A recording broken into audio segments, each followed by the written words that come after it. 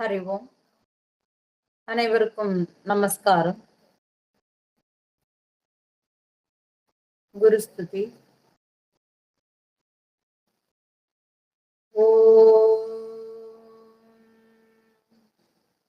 சகனாவவது சகனௌ புனக்து சக வீர்யம் கரவாவகை தேஜஸ்வினாவதீதமஸ்து மா வித்விஷாவகை. ஓம் சாந்தி சாந்தி சாந்தி.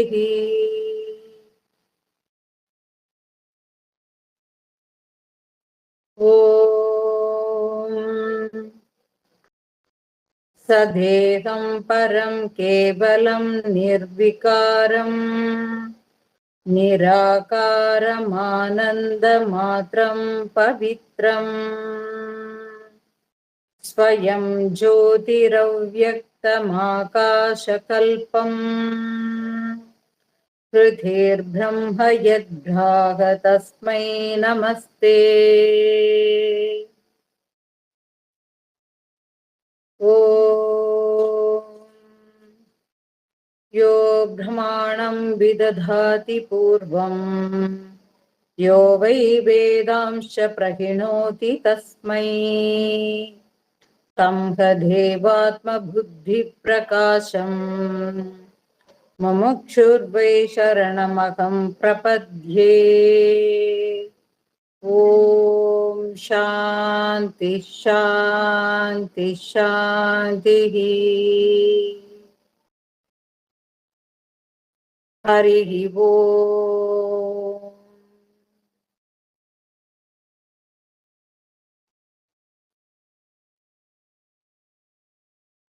நாம தட்சிணாமூர்த்தி நாம பார்த்து கொண்டிருக்கிறோம். இன்னைக்கு நாம 7வது ஸ்லோகம் பார்க்க இருக்கிறோம்.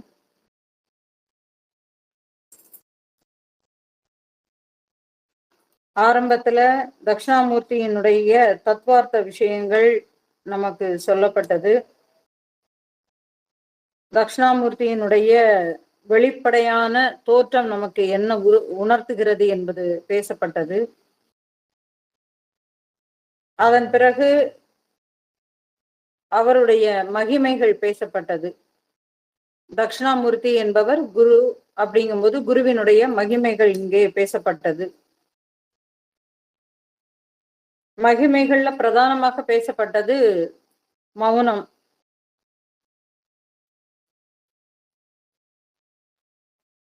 மௌனத்தினால் இங்கு ஒரு உபதேசம் நடக்கின்றது.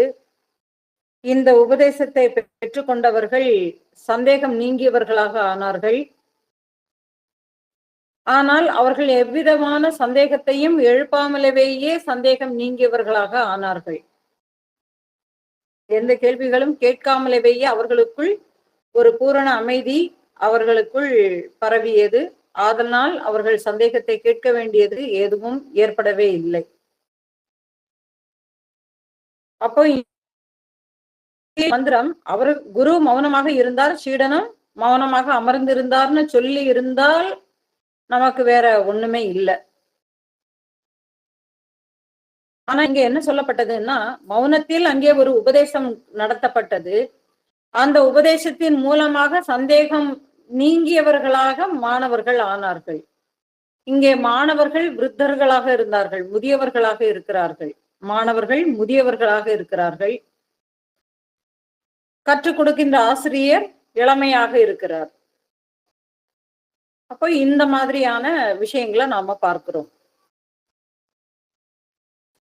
அப்ப இங்கே மௌனமாக என்ன இங்கே உபதேசிக்கப்பட்டது அப்படிங்கும்போது, முதல் ஸ்லோகத்துல அத்வைதத்தை அவர் ஸ்தாபிக்கிறார். இந்த உலகம் உனக்குள்ளேதான் இருக்கிறது என்பதாக ஸ்தாபிக்கிறார். 2வது ஸ்லோகத்திலே இந்த உலகம் உனக்குள்ளேதான் இருக்கிறது என்றால் எனக்குள்ளே இருப்பதை நான் எப்படி அறிவேன் அப்படி என்றால், இந்த ஸ்லோகம் 2வது ஸ்லோகம் எப்படி இந்த உலகம் உன்னுடைய மனதினால் உருவாகிறது என்பதை காட்டி கொடுக்கிறது.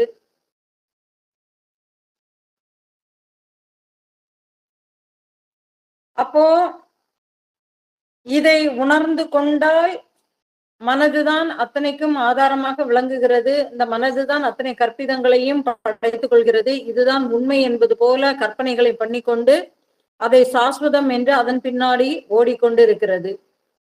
இந்த மனதிற்கு கருவியாக எவையெல்லாம் இருக்கின்றன? புலன்கள் இருக்கின்றன. இந்த புலன்கள் மூலமாக விஷய வாசனைகளில் அது சீறி பாய்கிறது. அதனோடு பின்னி பிணைந்து கொண்டு அது உண்மை என்று நம்புவது போல ஒரு உலகத்தை உண்டாக்கி கொண்டு அதுவே மகிழ்கிறது. எப்படி மகிழ்கிறது? இன்பத்தை துன்பமாகவும் துன்பத்தை இன்பமாகவும் நினைத்து அதிலேயே அது மகிழ்ந்து கொண்டிருக்கிறது. அப்ப அடுத்த ஸ்லோகம் நமக்கு என்ன சொல்ல வருதுன்னா, நீ அதனுடைய பரமார்த்த சத்தியத்தை நீ உணர்ந்து கொண்டால் உனக்கு பிறவி என்பதே இல்லை. இங்க மனம்தானே பிறக்கிறது. ஆகையினால் நீ இதனை புரிந்து கொண்டு மனம் எதனுடைய ஆதாரத்தில் செயல்படுகிறது என்பதை உணர்ந்து நீ விழித்து கொண்டு விட்டால் நீ அதிலிருந்து விடுபடுகிறாய், பிறவி சக்கரத்திலிருந்து விடுபடுகிறாய் என்று தத்துவமசி என்கிற மகா வாக்கிய உபதேசத்தை பேசுகிறது.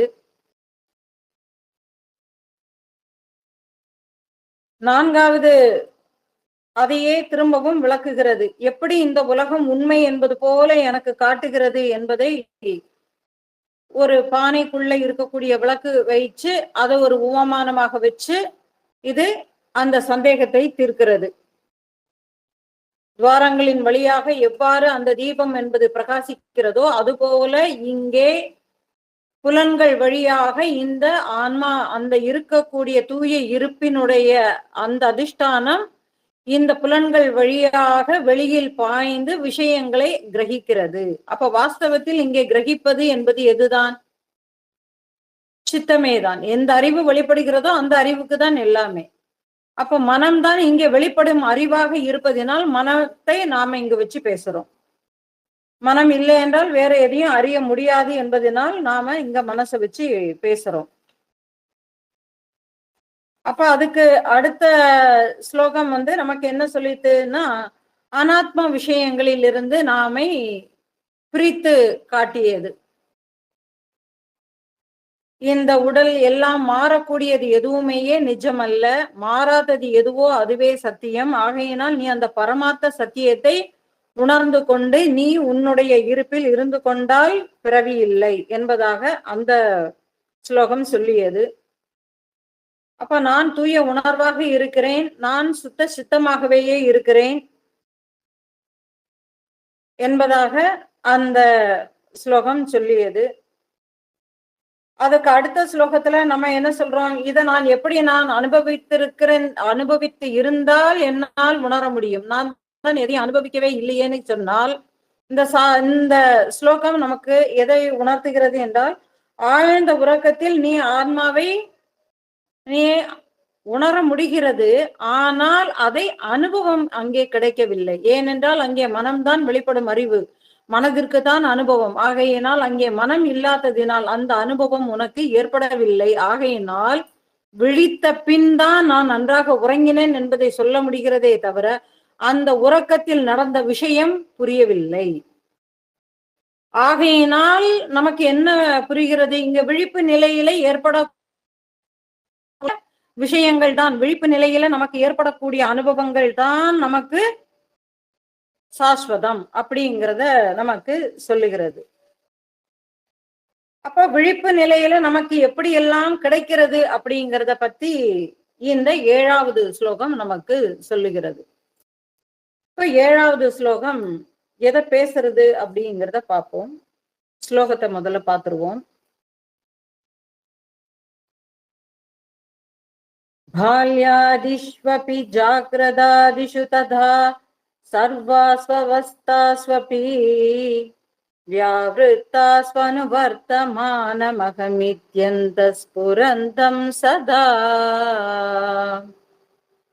स्वात्मानं प्रकटीकरोति भजतां यो मुद्रया भद्रया तस्मै श्री गुरुमूर्तये नम इदं श्री दक्षिणामूर्तये।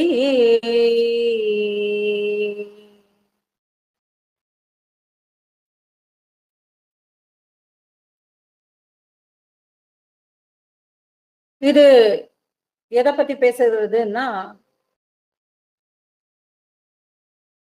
நம்மளுடைய குழந்தை பருவத்திலிருந்து இப்போ இருக்கக்கூடிய நிலை வரைக்கும்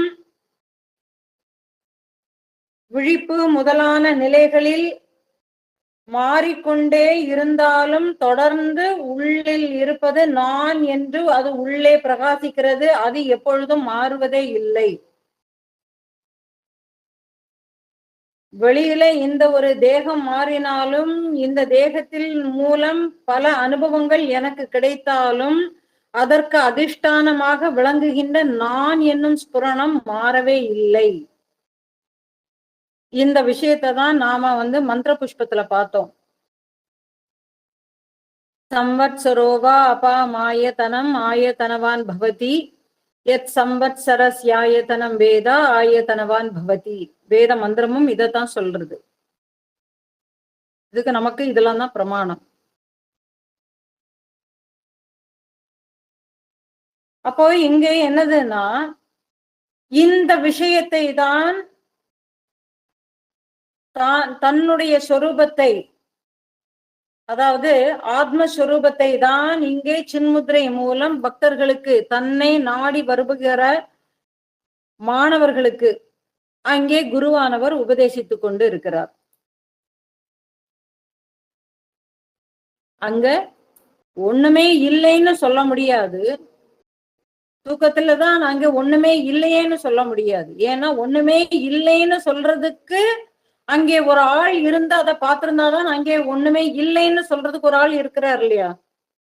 அப்ப அவர் எப்படி தெரிந்து கொண்டார்? ஒண்ணுமே இல்லை என்பதை யார் தெரிந்து கொண்டார்களோ அங்கே ஒரு இருப்பு என்பது இருந்து கொண்டேதான் இருக்கு.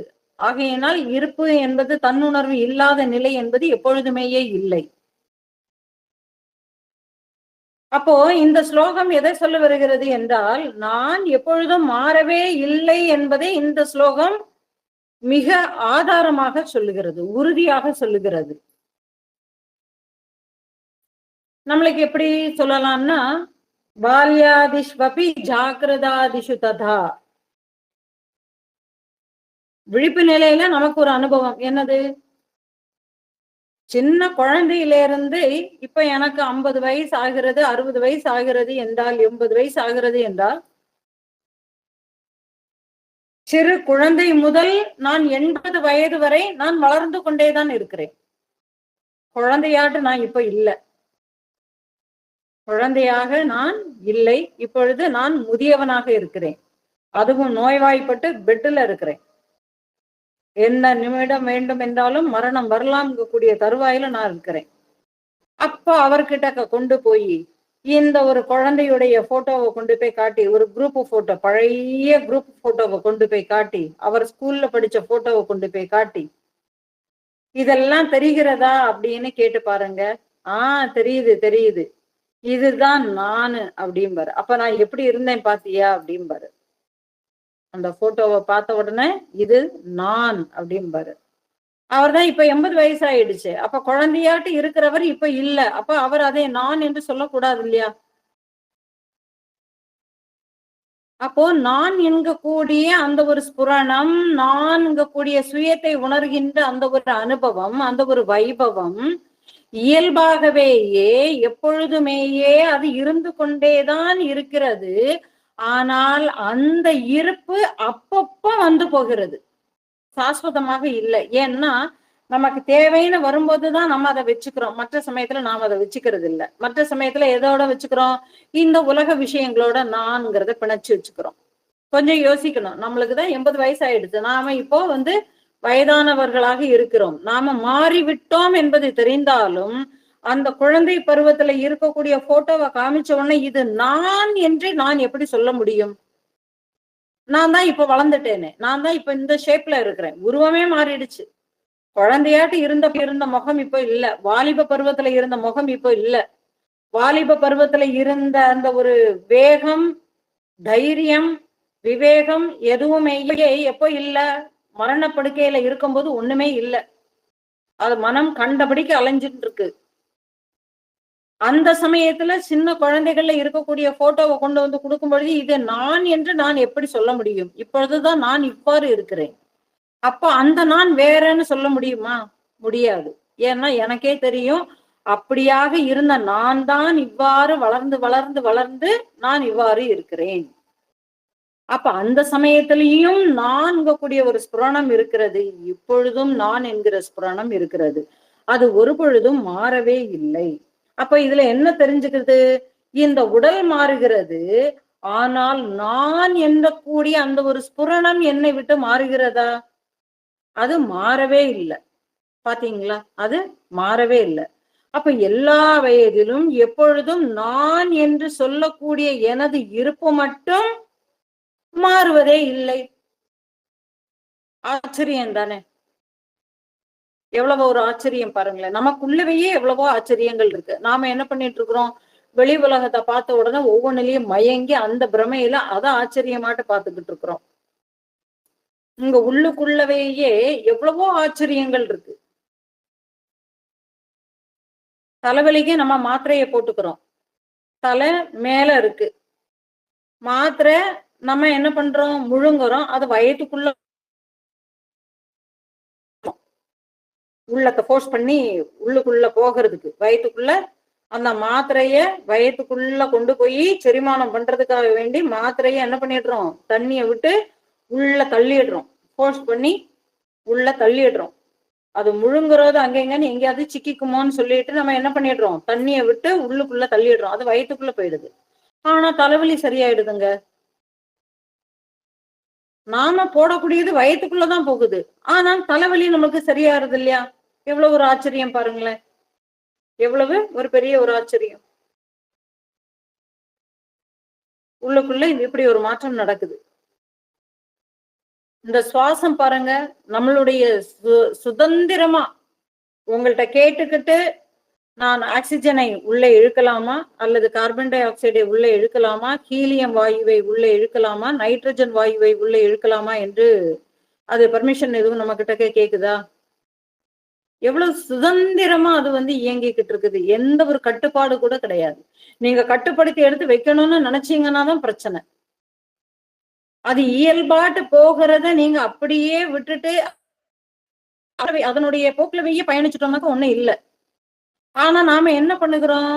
அந்த பிராணனை அடக்கி பிடிச்சு அப்படி வச்சு நாம அதை கைவசம் பண்ணி அது ஏதாவது ஒண்ணு பண்றோங்கும் போதுதான் பிரச்சனைக்கு உள்ளாகுது இல்லையா?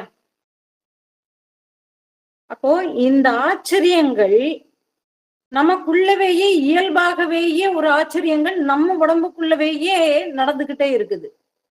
இத்தனை விஷயங்களையும் உள்ளுக்குள்ள இருந்து இயக்குறது யாருங்க? யோசிக்கணும் இல்லையா?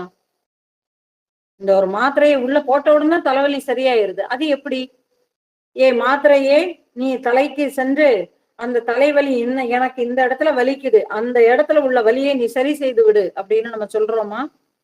அல்லது உள்ள போடக்கூடிய மாத்திரை நம்ம கிட்ட கேக்குதா? அவங்க என்னை பிரிக்கிறாங்க, இந்த தாதுக்களாட்டு என்னை பிரிக்கிறார்கள், உள்ள வேலை நடந்து கொண்டிருக்கிறது, ஆகையினால் நான் இப்பொழுது தலையை நோக்கி பயணிக்கிறேன் அப்படின்னு சொல்லிட்டு நம்ம கிட்ட எதுவும் சொல்லுதா? எதுவும் சொல்றது இல்லை. ஆனால் அது இயல்பாகவே நடந்து கொண்டிருக்கிறது. நாம என்ன பண்றோம்னா வெளி விஷயங்கள்ல நாட்டத்தை கொண்டு புலன்களை வெளியிலவேயே நம்ம விட்டுட்டு இருக்கிறதுனால நமக்கு உள்ள இருக்கிறத நம்மளால அறிஞ்சிக்க முடியல. அதனாலதான் நம்ம என்ன அமைதி தனிமைங்கிறது நமக்கு தேவை. என்னன்னா நமக்குள்ள நாம டிராவல் பண்ண முடியும். அப்ப பாருங்க, இங்கே நான் இங்க கூடிய அந்த ஒரு இருப்பு மட்டும் மாறுவதே இல்லை. இது ஒரு பெரிய ஒரு ஆச்சரியம். இது எனக்குள்ள நடந்து கொண்டிருக்கிறது. அப்ப நான் என்ற கூடிய அந்த ஒரு ஸ்புரணம் பறந்து அந்த ஒரு அனுபவத்துல அது ஒரு பெரிய ஒரு அனுபவம் எனக்கு. ஏனென்றால் அந்த நான் என்ற கூடிய அந்த ஒரு ஸ்புரணத்தில் தான் அத்தனை விஷயங்களும் என்னால் அறியப்படுகிறது. அந்த ஸ்புரணம் எனக்குள்ளே நான் என்பது புரிக்கின்றதே நான் உணரவில்லை என்றால் வெளியில் உள்ள விஷயங்கள் எனக்கு தெரியாது. அப்போ இந்த உடலில் மட்டுமே, இந்த உடல் மட்டுமே தான் இளமை முதுமை என்று மாற்றத்தை அடைகிறது. அடுத்தது என்னது? விழிப்பு நிலை, கனவு நிலை, தூக்க நிலை என்று அது ஒரு அவஸ்தை. இதுவும் மாறுகிறது. இதுவும் ஒரு அவஸ்தை, அதுவும் மாறுகின்றது. இப்ப எப்படி விழிப்பு நிலையெல்லாம் நாம பார்க்கக்கூடியது குழந்தைகள்ல பார்க்கக்கூடிய மாதிரி நாம இப்போ பாக்குறது இல்ல. சின்ன குழந்தைகள்ல இருக்கக்கூடிய கனவுகள் இப்பொழுது நமக்கு வருவதில்லை. அது மாறிக்கொண்டே இருக்கிறது. தூக்கமும் அப்படித்தான். சின்ன குழந்தைகள்ல இருக்கக்கூடிய தூக்கம் இப்பொழுது இல்ல. அப்போ இங்க விசாரம் ரொம்ப முக்கியம். விசாரம்னு சொன்னால் ஆராய்வது முக்கியம்.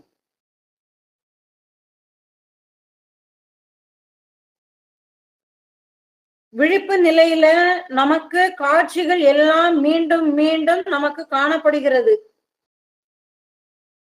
விழிப்பு நிலையில காட்சிகள் நமக்கு திரும்ப திரும்ப திரும்ப திரும்ப நாம அதை பார்த்து கொண்டே இருப்பதினால் அது உண்மை என்பது போல நமக்கு நம்பிக்கையை உருவாக்கி உருவான ஒரு நம்பிக்கையை உருவாக்குகிறது என்பது அது ஒரு மாயை. அந்த இல்லாத ஒன்றை இருப்பது போல ஒரு நம்பிக்கையை நமது மனத்திற்குள் அது ஏற்படுத்தி விடுகிறது. அப்ப விழிப்பு நிலையில மீண்டும் மீண்டும் காணப்படுகிற காட்சிகள் தான் என்ன அப்படிங்கிறத நாம கொஞ்சம் விசாரிச்சு பார்க்கணும். அப்போ இங்கே உணர்வு நிலை, நான் என்னை, அந்த ஒரு நான் என்ற கூடிய அந்த ஒரு ஸ்புரணம் எப்பொழுதும் மாறாததாக அது எனக்குள்ளவேயே அது எப்பொழுதுமே இருந்து கொண்டிருக்கிறது. அதில் எந்த விதமான மாற்றமும் இல்லை, இல்லையா? அப்படி என்றால் அது பிரம்மம். அதைத்தான் சாஸ்திரம் உணர்வே இறைவன் அப்படின்னு சொல்லுது. அப்படி என்றால் அந்த நான் அப்படிங்கக்கூடிய பதம் எதற்கு தான் பொருந்தும்? அந்த ஸ்புரணத்துக்கு தான் பொருந்தும். நான் இருக்கிறேன் என்று ஒரு ஸ்புரணம் இருக்கிறதே, அந்த ஒரு உணர்வு இருக்கிறதே, அந்த ஒரு தன்னுணர்வு, அந்த ஒரு அறிவு, நான் இருக்கிறேன் என்பதே அறிந்து கொள்ள அந்த ஒரு அறிவு இருக்கிறதே, அந்த ஒரு அறிவுக்கு தான் நான் என்னும் பதம் பொருந்துமே தவிர இந்த உடலுக்கோ மனசுக்கோ புத்திக்கோ எதுக்குமே இந்த நான் என்கக்கூடிய அந்த ஒரு பதம் பொருந்தாது.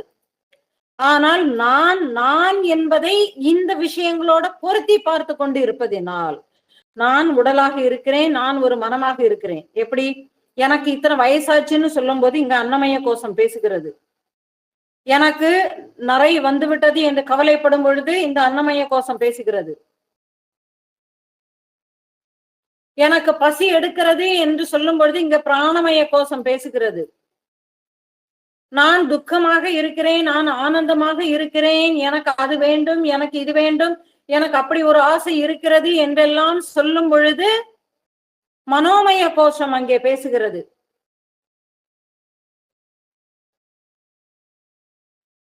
என்னுடைய புத்தி சாதுரியத்தினால் நான் இந்த காரியத்தை செய்தேன், நான் இத்தனை அறிவுகளை பெற்றிருக்கிறேன், நான் இத்தனை புலமைகளை பெற்றிருக்கிறேன், என்னால் இத்தனை விஷயங்களை என்னால் சாதிக்க முடியும் அப்படி என்று சொல்லி அதை பத்தி பேசும் பொழுது அங்கே விஞ்ஞானமய கோஷம் நான் என்னும் பதத்தை எடுத்து வைத்துக் கொண்டு பேசுகிறது. நான் ஆனந்தமாக உறங்குகிறேன், எனக்கு அந்த ஒரு சுகமே வேண்டும் என்று ஆனந்தத்தையும் நிலையில்லாத ஒன்றை தேடி அந்த நிலையில்லாத ஒன்றை அடைவதற்காக வேண்டி அது போராடுகிறது. அப்படி பண்ணும் பொழுது அந்த ஒரு ஆனந்தமே எனக்கு வேண்டும், அந்த ஒரு சுகமே எனக்கு வேண்டும், அனுபவித்த அந்த சுகம் எனக்கு திரும்ப திரும்ப வேண்டும் என்று அந்த சுகத்திற்காக வேண்டியே எதையாவது ஒண்ணு பண்ணும். அப்பொழுது ஆனந்தமய கோஷமாக வைத்துக்கொண்டு அந்த நான் பேசுகிறது. பாத்தீங்களா? அப்ப நான் என்கிறது இந்த 5 நிலைகள்ல வச்சுக்கிட்டுதான் நம்மளை பண்ணிக்கிட்டு இருக்குது. ஆனால் உண்மையான நான் என்பது என்னுடைய ஸ்புரணத்தினால்தான் இங்கே அன்னமய கோஷத்தை நான் உணர்கிறேன். என்னுடைய இருப்பினால்தான் இங்கே நான் பிராணமய கோஷத்தை உணர்கிறேன். என்னுடைய இருப்பினால்தான் இந்த மனோமய கோஷமே இயங்குகிறது.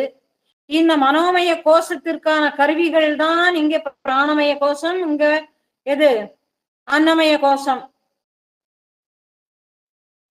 அப்ப இந்த மனோமய கோஷத்திற்கும் மேலான ஒண்ணு இருக்கிறது என்றால் அது விஞ்ஞானமய கோஷம். ஆனால் அந்த விஞ்ஞானமய கோஷத்தை நான் எனது மனோமய கோஷத்தினுடைய கட்டுப்பாட்டிற்குள் நான் வைத்திருக்கிறேன். ஏனென்றால் எனக்கு பிடித்ததைத்தான் நான் சரி என்று சொல்வேனே தவிர உண்மையே நான் ஏற்றுக்கொள்வதில்லை. இது நமக்கு அனுபவம் தானே. நல்ல விஷயங்கள் சொல்லும் போது நம்ம ஏத்துக்கிறது இல்லையே. அப்ப என்ன பண்ணிக்கிறோம், அந்த விஞ்ஞானமய கோஷமாக இருக்கக்கூடிய அந்த ஒரு புத்தியை மனதினுடைய பிடிக்குள் நாம வைத்துக் கொண்டிருக்கிறோம். அப்ப இது அவ்வளவுமே நான் எதுக்குங்க செய்யறேன்? ஆனந்தத்திற்காக செய்கிறேன். அப்ப பாருங்க, இந்த ஆனந்தமே எதுக்குள்ளதான் இருக்கு? அதுவும் இந்த மனசனுடைய பிடிக்குள்ள வந்துருதா? ஏன்னா இந்த மனசு எதை ஆனந்தம் என்று விரும்பி அது போகிறதோ, புலன்களின் அடிப்படையில அது வெளியில தான் தேடுகிறது. அது தனக்குள்ள தேடல. அப்போ இங்க நாம இதுக்குத்தான் ஒரு விசாரம் தேவை. அப்ப என்ன விசாரம் தேவை அப்படின்னா, முக்காலத்திலும் எக்காலத்திலும் மாறாத அது ஒன்றே இருக்கிறது. அது பிரம்மம் மட்டுமே தானே. அப்போ இந்த பிரம்மம் மட்டுமே தான் இருக்கிறது. அதுவேதான் எனக்கு உணர்வு நிலையாக இங்கே இருக்கிறது. இதுதான் அத்தனைக்கும் அதிஷ்டானமாக இயங்கி அனைத்து இயக்கத்திற்கும் காரணமாக அமைகிறது என்பதை உணர்ந்து கொள்ளும் பொழுது இது பாரமார்த்திக சத்தியமாக விளங்குகிறது. இது பாரமார்த்திக சத்தியம். ஆனால் இந்த உலகம் முதலானவை எல்லாம் உண்மையில் இல்லை. ஆனாலும் நம்முடைய பழைய பிறவிகளினுடைய எண்ண பதிவுகளினால், விளைவுகளினால் நமக்கு இருப்பது போல அந்த விஷயங்கள் நமக்கு தோன்றுகிறது. ஏன்னா இந்த ஒரு பிறவியில மட்டுமே தான் நம்ம குழந்தைகள்ல இருந்து நம்ம அத்தனை விஷயங்களையும் ஏத்தி வச்சிருக்கிறோம். இப்ப நிறைய பேர் சொல்லலாம், முந்தைய பிறவி என்பது இருக்கா இல்லையான்னு கேட்கும்போது அது ஒரு சந்தேகம்னே தோணலாம். முந்தைய பிறவி என்பது இருக்கிறதுக்கு நம்ம பெரிய ஆராய்ச்சி பண்ண வேண்டியது இல்ல. ஒரு சின்ன குழந்தையே போதும். ஒரு உதாரணத்துக்கு, பிறந்த ஒரு குழந்தை, ஒரு 3-4 மாச குழந்தை. அந்த குழந்தைக்கு நீங்க என்ன சொன்னாலுமே அதுக்கு புரியாது. அது மலங்க அப்படியே விழிச்சு அப்படி அப்படியே அங்கே இங்க மாதிரி சுத்தி வேடிக்கை பராக்கு பார்த்துக்கிட்டு உட்காந்துருக்கும். வேடிக்கை பார்க்கும். பராக்கு பாக்குறதுன்னு பராக்கு பாக்குறதுன்னா அதுக்கு எதுவும் விஷயமாட்டு உள்ளுக்குள்ள தெரியாது. அது என்னது இருக்கோ இருக்கிறத பாத்திக்கும். அது பாக்குறத அதுக்கு திங்க் பண்ணவும் தெரியாது. அது இப்படி அசைகிறதே அப்படி அசைகிறதேங்கிறது கூட யூகிச்சு அதுக்கு புரிஞ்சுக்கிறதுக்கு தெரியாது. அதனாலதான் நாம அந்த குழந்தைய நாம என்ன சொல்லுவோம்னா, குழந்தை பருவத்துல நாம அதை என்ன சொல்லுவோம்னா, அது விளையாடுகிறது, இது விளையாடுகிறதுன்னு சொல்லி அஃறிணையில பேசுவோம். அப்ப அஃறிணையில பேசுகிறோங்கும் போது அது ஒண்ணு யோசிக்கணும். ஏன்னா உயிரில்லாத விஷயங்களை தான் நாம அஃறிணைன்னு சொல்லுவோம். ஆனா இங்க குழந்தை விளையாடுகிறது, அது உயிர் உள்ளதாச்சு. அப்ப நாம அவன் விளையாடுகிறான்ங்கிறது நமக்கு வராது. அது தூங்கின்னு இருக்கு, அது சாப்பிடுகிறது அப்படின்னு நம்மளை அறியாமலேயே அந்த வார்த்தைகள் நமக்கு விடுகிறது. எப்படி என்றால், அந்த குழந்தைகளுக்கு யோசிக்கக்கூடிய அந்த ஒரு புலன் அறிவு அங்கே இல்லை என்பதனால், அந்த சமயத்துல அந்த குழந்தைக்கு புலனறிவு இல்லைன்னு இல்ல, ஆனா தெரியவில்லை. அதற்கு தெரியவில்லை. வாய் இருக்கு, ஆனால் பேச முடியவில்லை. ஏனென்றால் பால பருவம், அது மழலையாக பேசுகிறது. அதையும் விட அந்த மழலையாக பேச்சு வருவதற்கு முன்னால் எதுவுமேயே தெரியாது. பேச்சு வரல, கையும் காலையும் போட்டு உதவுதுன்னு உதச்சுக்கிட்டு இருக்கோம் குழந்தையில, இல்லையா? அப்போ நாம என்ன நினைக்கிறோம், அந்த குழந்தை பருவத்துல இருந்துதான் வருதுன்னு. இப்ப இதை எதுக்கு சொல்ல வந்தேன்னா, அந்த குழந்தைய நீங்க இடுப்புல தூக்கி வச்சுக்கிட்டு நீங்க அப்படியே கீழே குனிங்க, அது உங்ககிட்ட கேட்காது. நீ என்ன கீழே போட்டுருவியான்னு குழந்தைக்கு கேட்க தெரியாது. ஆனால் என்ன பண்ணிக்கும், உங்க ட்ரெஸ்ஸை இறுக பிடிச்சுக்கும், முடிய பிடிச்சுக்கும், இறுக்கி பிடிச்சுக்கும். எங்க நம்ம கீழே விழுந்துருவோம். அந்த குழந்தைக்கு யாரு சொல்லி கொடுத்தா? நான் கீழே போகிறேன், நீ கீழே விழ போகிறாய் என்று நாம சொன்னோமா? நாம அதை பிடிச்சுதான் வச்சிருக்கிறோம். நாம அந்த குழந்தைய இடுப்புல பிடிச்சு வச்சிருக்கிறோம். கீழே விழாதுங்கிறது நமக்கு தெரியும். ஆனாலும் அந்த குழந்தைக்கு ஒரு தன்னுணர்வு, நான் கீழே விழப்போகிறேன், ஆகையினால் விழாமல் என்னை காத்து கொள்ள வேண்டும் என்றால் இறுக பற்றி கொள்ள வேண்டும் என்று அதற்கு யார் சொல்லி கொடுத்தார்கள்? அப்ப அதுக்கு ஏதோ ஒரு விஷயம் ஞாபகம் இருக்குல்ல. இது ஒன்னே போதும் நமக்கு. அப்ப பாருங்களேன், அப்போ பூர்வ பிறவியினுடைய எண்ண பதிவுகளினால், சம்ஸ்காரத்தினால் நிறைய எண்ண பதிவுகள் எல்லாமேயே உள்ளுக்குள்ள சேர்ந்து சேர்ந்து சேர்ந்து சேர்ந்து அதனுடைய விளைவுகளினால் பலவிதமான எண்ணங்களை இங்கே அது வெளிப்படுத்தி அந்த இல்லாத ஒரு உலகம் இருப்பது போல ஒரு கற்பனைக்கு நமக்கு தோன்றுகிறது. அப்போ இங்கே இந்த தோற்றங்கள் எல்லாம் எதற்காக ஏற்படுகிறது? ஒரு விவகாரம் பண்ணுவதற்காக வேண்டி. இந்த விவகாரம் எதற்கு தேவை?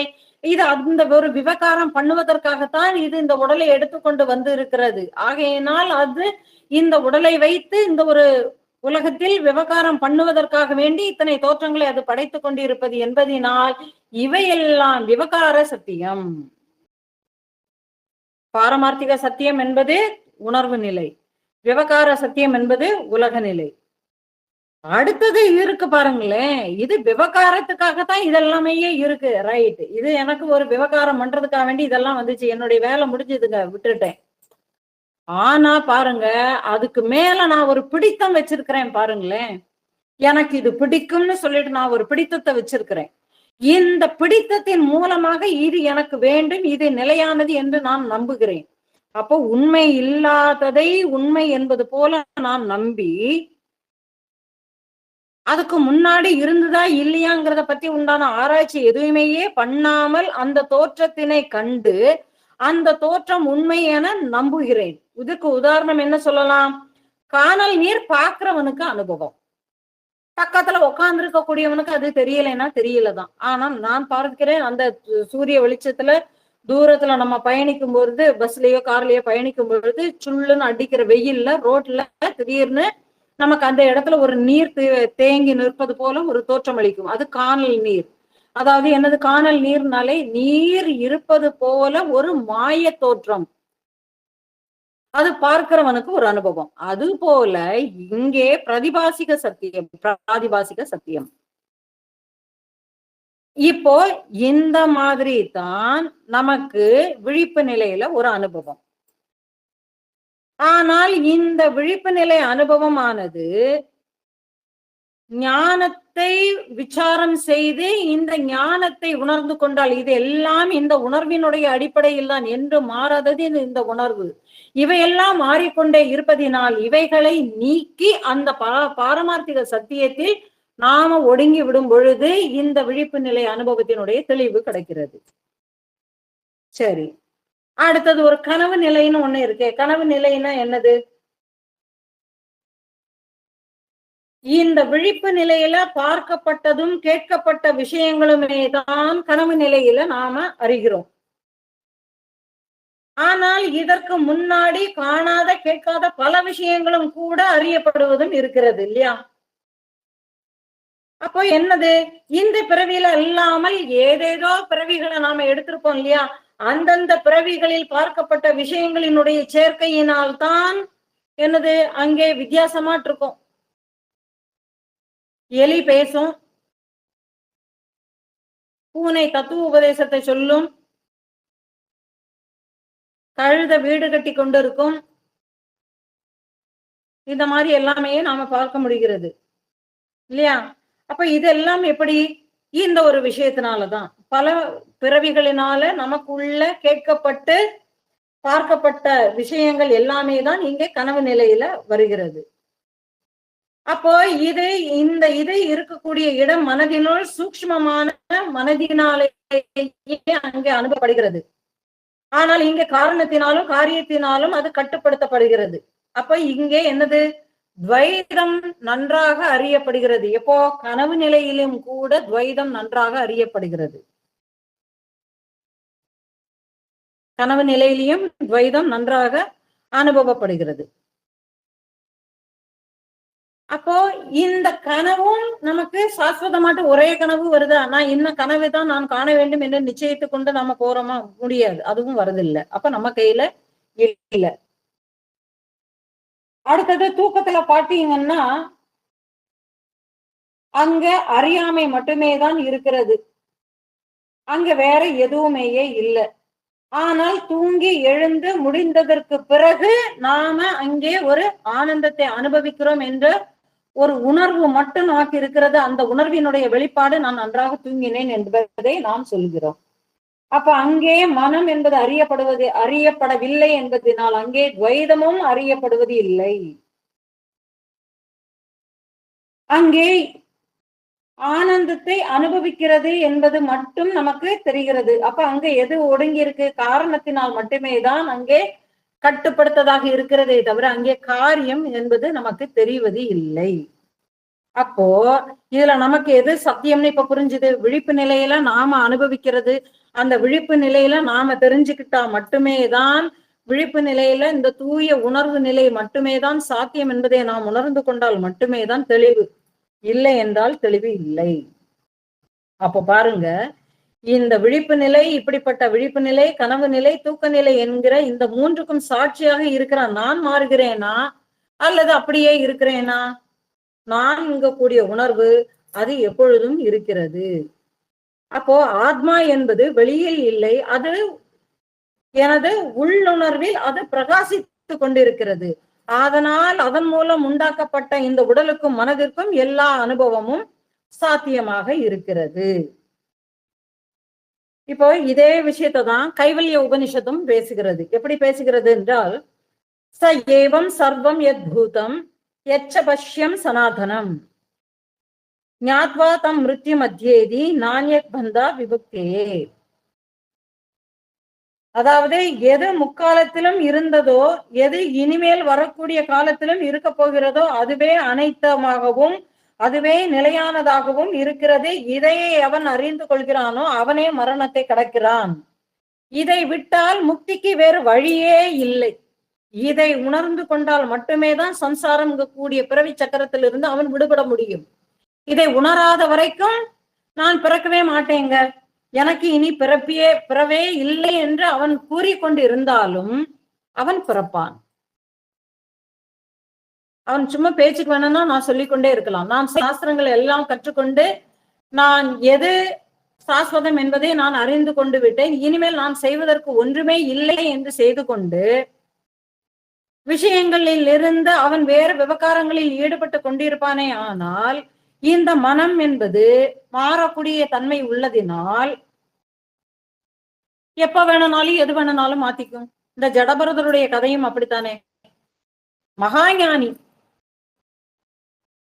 தன்னுடைய ராஜ்யத்தவையே எதுக்கு கொடுத்துட்டாங்க? தன்னுடைய குழந்தைகளுக்கு கொடுத்துட்டு இனிமேல் இருக்கக்கூடிய காலங்களில் நான் இனிமேல் ஜபம் தபம் என்பதை இருந்து கொண்டு நான் அந்த தன்னுணர்வில் நிறை பெற்று என்னுடைய விதேக முக்தியை அடைவேன் அப்படிங்கக்கூடிய ஒரு சங்கல்பத்தை எடுத்துக்கிட்டு காட்டுல வந்து உட்கார்ந்துருந்தாரு. நகரத்துல உட்கார்ந்துருந்தா தொந்தரவுன்னு சொல்லிட்டு காட்டுக்குள்ள குடில போட்டுட்டு உட்கார்ந்துருந்தாரு. ஆனால் என்ன பண்ண, அவர் நதியில தீர்த்தக்கரையில நீராடி கொண்டு இருக்கும் பொழுது எங்கேயோ இருக்கக்கூடிய ஒரு மான் அது பிரசவிச்சு அதனுடைய குட்டி அவருடைய கையில விழும் பொழுது அவருடைய மனசு மாறி இந்த மானை ரட்சிக்க வேண்டும் என்கக்கூடிய அந்த ஒரு எண்ணம் எழுந்து அந்த எண்ணமே ஒரு பிணைப்பாக மாறி அப்புறமா என்ன ஆனாரு, அவரே அந்த பரதரே என்ன பண்ணுகிறார், மானாக பிறந்து அந்த மானாக பிறந்ததிலும் அவருக்கு பூர்வ ஜென்ம வாசனை இருப்பதினால் சத் சங்கங்கள் எங்கெங்க கேட்குமோ கேட்கக்கூடிய இடத்திலேயே உலாவி கிடைக்கிறத சாப்பிட்டு அங்கேயே படுத்து உறங்கி மீண்டும் அடுத்த பிறவியில் ஜடபரதராக பிறக்கிறார். அப்போ என்ன, மனித தேகத்தின் மூலமாகத்தான் நமக்கு இந்த உணர்வு இந்த விஷயங்களை நாம் உணர்ந்து கொள்ள முடியும். அத்தியாத்ம விஷயங்களை நாம் உணர்ந்து கொள்ள முடியும். அதற்கு சாஸ்திரங்கள் அவசியம். அந்த சாஸ்திரங்கள் இருந்தால் மட்டும் போராது, அதற்கு விசாரமும் அவசியம். விசாரத்திற்கு தனிமை அவசியம். அப்ப இத்தனை விஷயங்களுமே இருக்கு. அப்ப இதை விட்டால் முக்திக்கு வேறு வழியே இல்லை. அப்ப என்ன பண்ணிக்கணும், புத்திசாலி என்ன பண்ணுவான், கிடைச்ச இந்த ஒரு மனித பிறவியை வாய்ப்பாக பயன்படுத்திக் கொள்வான். கிடைத்த இந்த ஒரு மனித பிறவியை வாய்ப்பாக பயன்படுத்தி கொண்டு இதிலிருந்து கரையேறுவதற்கு என்ன வழி என்பதை பார்த்து அதில் போவான்.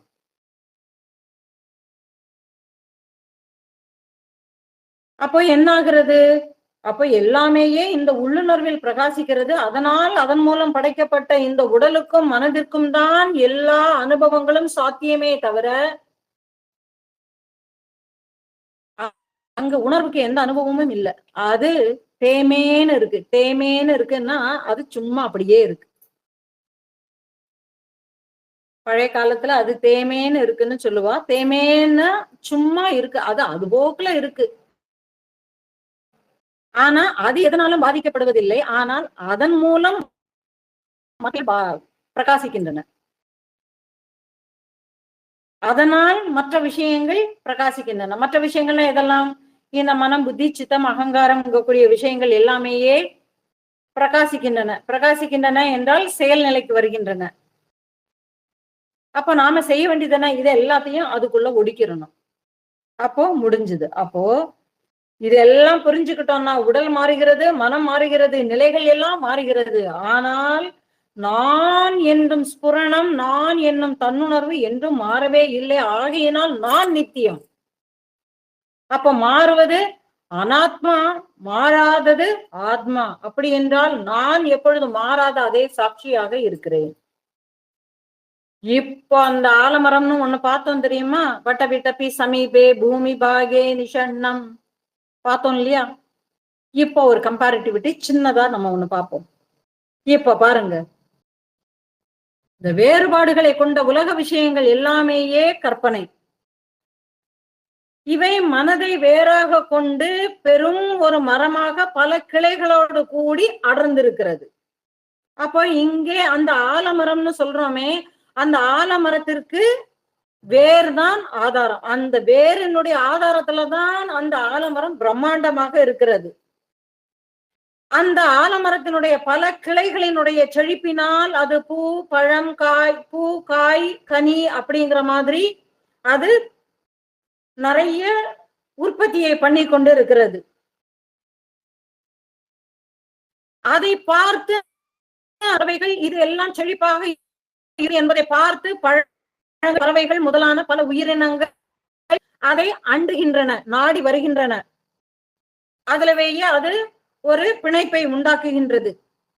அப்போ என்ன, அந்த உயிரினங்கள், அந்த பறவைகளும் ஆனாலும் சரி, அதுல பொந்து தோண்டி எடுத்து அந்த பொந்துக்குள்ள உட்கார்ந்து இருக்கக்கூடிய கருநாகம் ஆனாலும் சரி, அதை அண்டி வாழ்கின்ற புற்றுகள் உருவாக்கி அதுல இருக்கின்ற கரையானோ எறும்போ எதுவாக இருந்தாலும் அவை அந்த மரத்தை விடுவதில்லை, அந்த மரத்தை திடமாக பற்றி கொண்டு இருக்கின்றன. அப்ப பாருங்க, இத்தனைக்கும் ஆதாரம் எதுவாக இருக்கிறது? வேர்தான். அப்ப பாருங்களேன், அந்த உயர்ந்த அந்த கிளைகளிலிருந்தே விழுதுகள் எல்லாம் உற்பத்தி ஆகி திரும்பவும் அது பூமிக்கு வந்து பூமிக்குள்ளே ஒரு புதிய வேராக மாறி அது புதிய ஒரு மரமாக தோன்றி அந்தந்த எந்த கிளைகளிலிருந்து வந்ததோ அந்த கிளைகளை அது தாங்கி பிடித்துக் கொண்டு இருக்கிறது. இதுதான் ஆலமரம். இப்போ அதை அப்படியே ட்விஸ்ட் பண்ணுவோமா? இப்ப இங்க வேர்தான் அந்த ஆலமரத்திற்கு பிரதானம் இல்லையா? இப்ப இங்க பாருங்களேன், இங்க வேறுங்கிறது என்னது தெரியுமா? மனசுதாங்க. மனதுதான் இங்கே வேர். அதுல பல கிளைகளினுடைய செழிப்பினால பூ, காய், கனி அப்படிங்கிற மாதிரி நிறைய விஷயங்கள், கிளைகள் எல்லாம் வளர்கிறது. இதெல்லாமே என்னது தெரியுமா? இந்த மனமானது இந்த மனதினுடைய அந்த மனதுதான் அங்கே வேறாக இருந்து அந்த செடியை வளர்க்கிறது. அந்த செடியை எப்படி வளர்க்கிறது? இந்த உலக விஷயங்களில் உண்மை என்று நம்பி உலக விஷயங்களில் ஆசை என்னும் விஷயங்களை பற்றி கொண்டு பின்னி பிணைந்து கொண்டு இது புது புது விஷயங்களை அதுவே உருவாக்குகிறது. என்ன, எண்ணம் ஒன்று மறைந்தால் இன்னொன்று உருவாவதை போல அது உருவாக்கி கொண்டிருக்கிறது. இப்படி இது செழிப்பாக இருப்பதை பார்த்து கொண்டு உற்றம், சுற்றம், நட்பு என அனைத்தும் இங்கே வந்து பற்றி கொண்டு விடுகிறது. இந்த மனதை பற்றி கொண்டு விடுகிறது. எல்லாருமேயே வந்து சேர்ந்துடுறாங்க. எப்படி அந்த பறவைகள், மிருகங்கள், அண்டி இருக்கக்கூடிய புழு பூச்சிகள் எல்லாம் அந்த மரத்தை பற்றி கொண்டு இருக்கிறதோ அது போல இந்த உற்றம், சுற்றம், நட்புங்கிறவை எல்லாம் ஒரு அனுகூலத்திற்காகவும் அனுபவத்தை கொடுப்பதற்காகவும் அது பின்னி பிணைத்து நம்மை பற்றி கொண்டு விட்டது. எதனை? இந்த மனதை பற்றி கொண்டு விட்டது. உடனே இந்த மனமும் என்ன பண்ணுகிறது? இந்த அனுபவத்திற்காகவும் அனுகூலத்திற்காக வேண்டியும், அனுகூலம் திரும்பவும் கிடைக்கணுங்கிறதுக்காக வேண்டி அதையே நாடும். அனுபவம்ங்கிறது இது சுய அனுபவம் இல்லை என்பதனால் உலக விவகாரங்களில் ஆசை என்கக்கூடிய திருப்தி என்பதை வேறு வேறு விஷயங்களில் கிடைக்குமா என்பதை அந்த திருப்தி அனுபவத்திற்காக வேண்டி பல பல விஷயங்களை இது நாடிக்கொண்டே இருக்கிறது. பாத்தீங்களா? அப்ப இத்தனைக்கு ஆதாரம் என்னது? மனசுதான். இத்தனை விஷயங்களுக்கு அந்த மரத்திற்கு ஆதாரமாக இருக்கிறது என்னது? வேர்தான். அப்போ அந்த உயர்ந்து பருத்து வளர்ந்த கிளைகளிலிருந்தே ஒரு விழுதுகள் வருகிறது இல்லையா? அதே மாதிரி தாங்க இங்க மனதினுடைய எண்ணங்களின் விளைவாக, மனதினுடைய சங்கல்பத்தின் விளைவாக இங்கே பிறவி என்பது அங்கிருந்தே கீழே விழுந்து இங்கே என்ன செய்கிறது? புதிய ஒரு விருட்சமாக அடுத்த ஒரு பிறவிக்கு இதுவே வளர்கிறது. ஆக பாருங்க, ஒரே மனசுதான். ஆனால் அந்த மனதிலிருந்து வெளிப்படக்கூடிய சங்கல்பங்கள் எல்லாமேயே அங்கு நிறைவேறாத பொழுது அது நிறைவேற்றிக் கொள்வதற்காக வேண்டியே அது ஓரொரு பிறவிக்குண்டான விழுதுகளாக தொங்கி அந்த விழுதுகள் அந்த எண்ணங்களை தாங்கி பிடித்துக் கொண்டு ஒரு புதியதான ஒரு தோற்றத்திற்கு அதுவே வருகிறது. அங்கே பார்க்கிறதுக்கு நம்மளுக்கு என்ன இருக்கு? ஆலமரம் எது ஒரிஜினல் எதுன்னே தெரியல. ஏன்னா எல்லாமே பருத்து அடர்ந்து போய் இருக்கிறது. அது ஒரு புதிய மரம் போல ஒரு தோற்றம் அளிக்கிறது அல்லவா? அது போல இங்கேயும் மனது விவகாரங்களுக்கு உள்ளே அது உண்மை என்று நம்பி போகும் பொழுது நிறைவேறாத எண்ணங்கள் புதிய ஒரு பிறவிக்கு உண்டாக்கி அது இன்னொரு ஒரு தோற்றத்திற்கு வடிவெடுத்து அது அந்த எண்ணங்களை நிறைவேற்றி கொண்டு அது போகிறது. இப்படியாகத்தான் அத்தனை விஷயங்களுமே நடக்கிறது. இப்படித்தான் மாற்றம். அப்ப பாருங்க, இந்த மரக்கிளைக்கு நடுவுல தான் யாரு உட்கார்ந்து இருக்கிறாங்க? தட்சிணாமூர்த்தி உட்கார்ந்து இருக்கிறாரு. அப்ப அவர் இங்க என்ன புரிய வைக்கிறாரு? தட்சிணாமூர்த்திங்கிறது யாரு? ஈஸ்வரன். அப்ப அவர் இங்க என்ன புரிய வைக்கிறாரு? இங்க அவர் தாங்க இங்க ஆதாரமாட்டே உட்கார்ந்து இருக்கிறாரு. அவர் தான் இங்கே இந்த ஒரு என்னது இந்த ஒரு வேருக்கும் ஆதாரமாக இருந்து கொண்டு இந்த வேற எல்லாமேயே படைச்சு இந்த ஒரு பெரிய ஒரு ஆலமர விருட்சமே அவர்தான் படைத்து மகிழ்கிறார். அவருக்கு அந்நியமாக இங்கே எந்த படைப்பும் உருவாக்கவில்லை. ஆனால் அங்கே அந்த ஒரு மரம் தான் இவர் வளர்க்கிறாரு. ஆனால் இந்த மரத்திலிருந்து வெளிப்பட்ட மனமானது பலவிதமான எண்ண ஆசைகளில் பின்னி பிணைந்து இருக்கும் பொழுது அது ஒரு புதிய மரமாக அது உருவாகிறது என்பது தனிப்பட்ட மனம். அப்படி என்றால் மனம் இல்லை என்றில் இந்த ஒரு உலகம் இல்லை.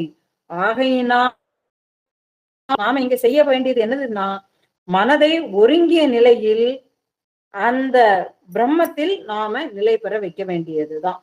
அப்போ மனம் ஒடுங்கிய நிலையில் பிரம்மமாகிறது. அதுவே செயல்நிலைக்கு வரும் பொழுது ஈஸ்வரன் ஆகிறது. அப்போ ஈஸ்வரன் கூடியது மாயையும் சுத்த சத்துவமும் சேர்ந்த நிலையில் அது ஈஸ்வர தன்மை. அப்ப ஈஸ்வரன் தான் இந்த மாயையை ஆள்கிறார் என்பதை விளக்குவதுதான் இந்த ஸ்லோகம். நேரம் கருதி நாம இந்த ஸ்லோகத்தை முடிப்போம். அடுத்து வரக்கூடிய வகுப்புல அடுத்த ஸ்லோகத்தை பார்க்கலாம். கலந்து கொண்ட அனைவருக்கும் நன்றி. ஓம்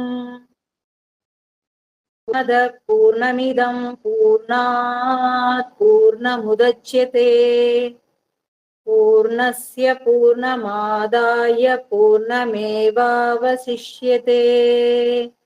ஓம் சாந்தி சாந்தி சாந்தி.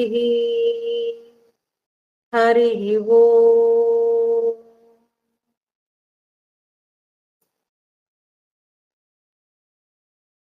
அனைவருக்கும் நன்றி. ஓம் தத்சத்.